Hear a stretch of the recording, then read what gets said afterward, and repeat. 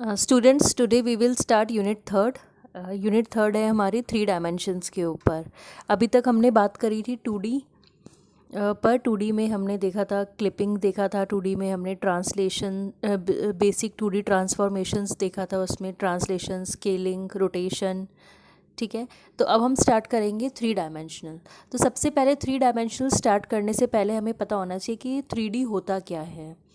3D अगर हम बहुत ही सिंपल वर्ड्स में डिस्क्राइब करें तो इसमें 3 डायमेंशंस होते हैं। 3D means 3 dimension. और वो कौन कौन सी डायमेंशन होगी? एक्स एक्सिस, वाई एक्सिस और जेड एक्सिस। ठीक है, मतलब कि उस जो भी आपका ऑब्जेक्ट है वो डिफ़ाइन होगा 3 एक्सिस पर। उसमें आपकी हाइट भी होगी और वो एक्स एक्सिस में भी मूव कर सकता है, वाई एक्सिस में भी मूव कर सकता है, और हाइट भी होगी, हाइट या डेप्थ भी उसमें साथ में होगा। उसे हम कहते हैं 3D। अगर 2D की बात करें तो 2D में क्या होता है? 2D में वो जो ऑब्जेक्ट है सिर्फ एक्स एक्सिस में मूव कर सकता है और वाई एक्सिस में। देन अगर हम 1D की बात करें तो 1D में क्या होगा कि वो ऑब्जेक्ट सिर्फ एक ही डायमेंशन में मूव कर सकता है। चाहे वो अगर एक्स एक्सिस के लिए तो सिर्फ वो ऐसे मूव करेगा, इधर राइट में या लेफ्ट में जा सकता है। ठीक है, देन आता है 0D। 0D क्या होता है? 0D मीन्स वो फिक्स्ड है कोई पॉइंट। ठीक है, ना वो पॉइंट ऊपर जा पा रहा है, ठीक है, ना वाई एक्सिस में मूव कर पा रहा है, ना ही वो पॉइंट एक्स एक्सिस में मूव कर रहा है, एक अपनी पोजीशन पे फिक्स है, तो वो हो गया 0D। देन नेक्स्ट हम बात करते हैं 3D ट्रांसलेशन। ठीक है, ट्रांसलेशन हम 2D में भी ट्रांसलेशन पढ़ चुके हैं। ये जैसे हमने पढ़ा था बेसिक 2D ट्रांसफॉर्मेशंस, तो अब हम स्टार्ट कर रहे हैं बेसिक 3D ट्रांसफॉर्मेशन। ट्रांसफॉर्मेशन में सबसे पहले हम पढ़ेंगे ट्रांसलेशन। अब ट्रांसलेशन क्या होता है? Translation is the movement of an object from one position to another position. मतलब एक पोजीशन से जब ऑब्जेक्ट को दूसरी पोजीशन पे लेकर जाते हैं तो उसे कहते हैं ट्रांसलेशन। जैसे 2D वाला हम एक बार रिवाइज करते हैं। ये सपोज कोई पॉइंट है P, ये P पॉइंट है बिफोर ट्रांसलेशन। ठीक है, तो बिफोर ट्रांसलेशन P पॉइंट है हमारा जिसके कोऑर्डिनेट्स हैं x और y। और आफ्टर ट्रांसलेशन वो पॉइंट कहाँ पहुँच गया? P डैश पर, और उसके कोऑर्डिनेट्स हैं x डैश और y डैश। तो अगर हम देखें कि ये पहले जो P पॉइंट था उसका x यहाँ पे था।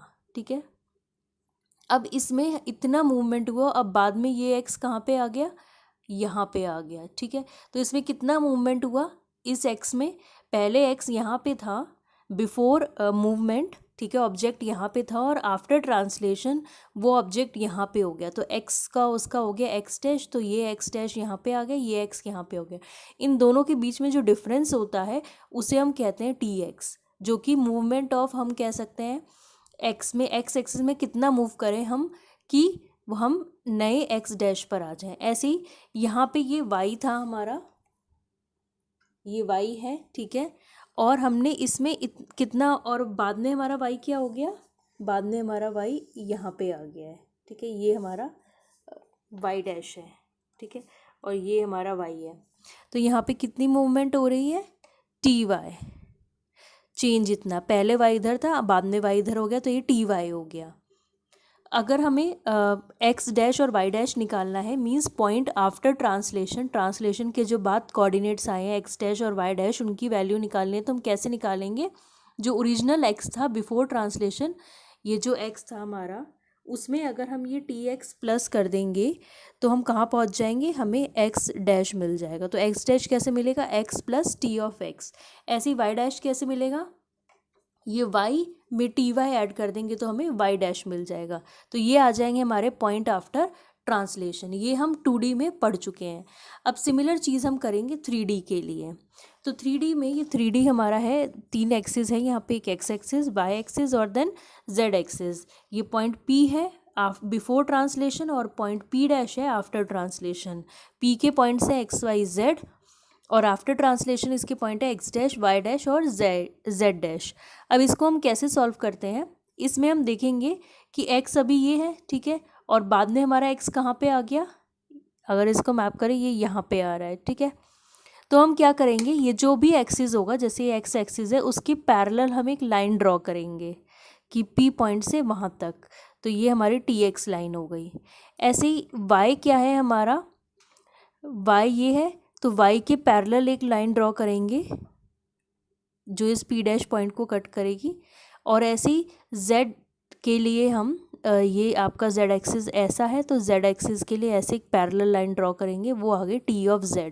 तो इससे हमें t of x, t of y और t ऑफ z मिल जाएंगे। ये हम कैसे निकालते हैं?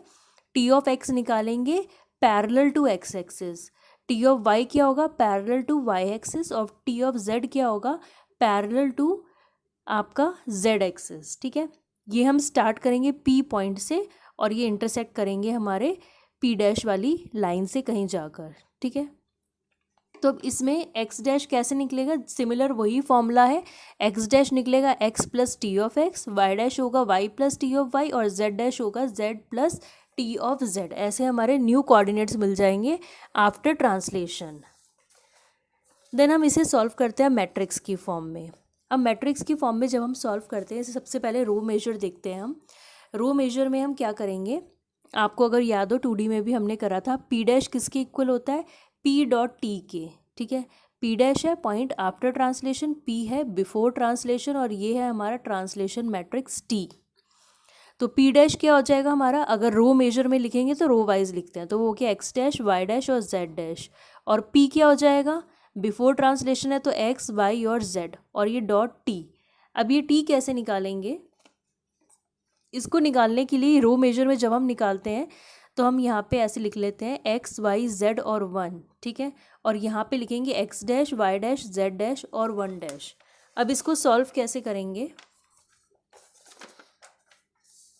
इसको सॉल्व करने के लिए देखो आप, इसके लिए आपको सिर्फ ये इक्वेशन देखनी है।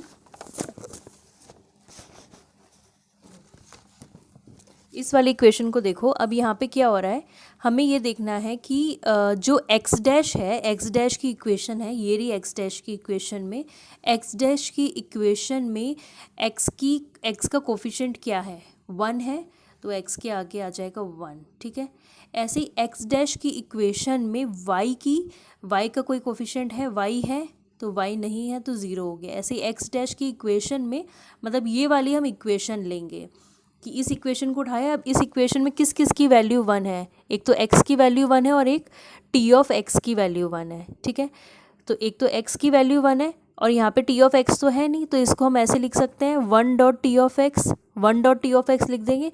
तो 1 का कोफिशिएंट क्या लिखेंगे यहाँ पे? t of x। देन ऐसे ही y डैश वाली इक्वेशन के लिए देखेंगे हम, वहाँ पे x की वैल्यू क्या है? नहीं है कुछ भी। फिर y डैश की इक्वेशन में देखेंगे y का कोफिशिएंट क्या है? वो है 1। y डैश की इक्वेशन में z की क्या है वैल्यू? z कुछ भी नहीं है। और y डैश की इक्वेशन में 1 का क्या कोफिशिएंट है? तो 1 का कोफिशिएंट हम इसे ऐसे लिख सकते हैं t of y। Similarly z के लिए, z डैश के लिए हम निकालेंगे, z डैश का क्या हो जाएगा? z का कोफिशिएंट हो जाएगा 1, और यहाँ पे ये 1 का कोफिशिएंट हो जाएगा t ऑफ z। ऐसे ही अगर हम 1 के लिए लिखेंगे तो 1 के लिए सिर्फ 1 होगा, यहाँ पे हम लिख सकते हैं 1 इक्वल्स टू 1, 1 इक्वल्स टू 1। तो यहाँ पे 1 के लिए, और कहीं भी सब जगह 0 हो जाएगा, सिर्फ ये 1 हो जाएगा। अब इसको जब हम सॉल्व करेंगे तो इसको हम क्या लिख सकते हैं? p dash is equals to p dot T, ये हो जाएगा x dash, y dash, z dash और यहाँ पे 1। ठीक है, होमोजीनियस कोऑर्डिनेट है इसलिए हमने 1 लिखा है यहाँ पे। अब इसको जब हम सॉल्व करेंगे तो इस रो को इस कॉलम से करेंगे, यहाँ पे हम एक एक 1 लिख लेंगे, यहाँ पे 1 और यहाँ पे भी 1। अब जब इसको सॉल्व करेंगे तो क्या आएगा? x डैश, यहाँ पे x, y, z और 1, पहली रो को पहले कॉलम से जब मल्टीप्लाई करेंगे तो हमारे पास क्या आ जाएगा? x plus T x. ऐसे सॉल्व करके हमें ये फॉर्मूला मिल जाएगा रो मेजर में। अब इसी को अगर हम कॉलम मेजर में सॉल्व करेंगे तो क्या होगा? सिमिलरली कॉलम मेजर में क्या करते हैं? t पहले लिखते हैं, तो p डैश हो जाएगा t डॉट p। तो p डैश क्या हो जाएगा आपका after translation? x dash, y dash, z dash और 1। ठीक है, t अभी हम निकालेंगे और p आपका x, y, z और 1 हो जाएगा। अब t यहाँ पे कैसे निकालेंगे? ये क्योंकि कॉलम मेजर है तो यहाँ पे हम पहले लिखेंगे x dash, y dash, z dash और 1, और यहाँ पे लिखेंगे x, y, z और 1। ठीक है, अब इसको सॉल्व कैसे करेंगे?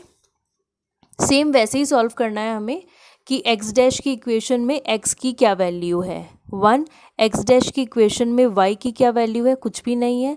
एक्स डैश की इक्वेशन में z का क्या कोफिशिएंट है, कुछ भी नहीं है, और एक्स डैश की इक्वेशन में 1 का क्या हमारा कोफिशिएंट है, तो t ऑफ x। सिमिलरली इसको भी फिल कर लेंगे। देन इसको जब हम मल्टीप्लाई करेंगे तो ये टी मैट्रिक्स हमारा कैसे आया है, यहाँ पे x dash y dash z dash और 1 है, यहाँ पे एक्स वाई जेड 1 है। तो सिमिलरली जैसे ऊपर निकाला था वैसे ही यहाँ पे निकालेंगे कि एक्स डैश के फॉर्मूले में एक्स का क्या कोफिशिएंट है। एक्स डैश के फॉर्मूले में एक्स का क्या कोफिशिएंट है 1, एक्स डैश के फॉर्मूले में वाई का क्या कोफिशिएंट है 0, जेड का कोफिशिएंट 0 और 1 का coefficient T of x. Similarly इस पूरे को फिल कर लेंगे और यहाँ पे जब हम मल्टीप्लाई करेंगे तो हमारे पास ये वैल्यूज़ आ जाएंगी कॉलम मेजर में। तो ये था आपका 3D ट्रांसलेशन। Thank you.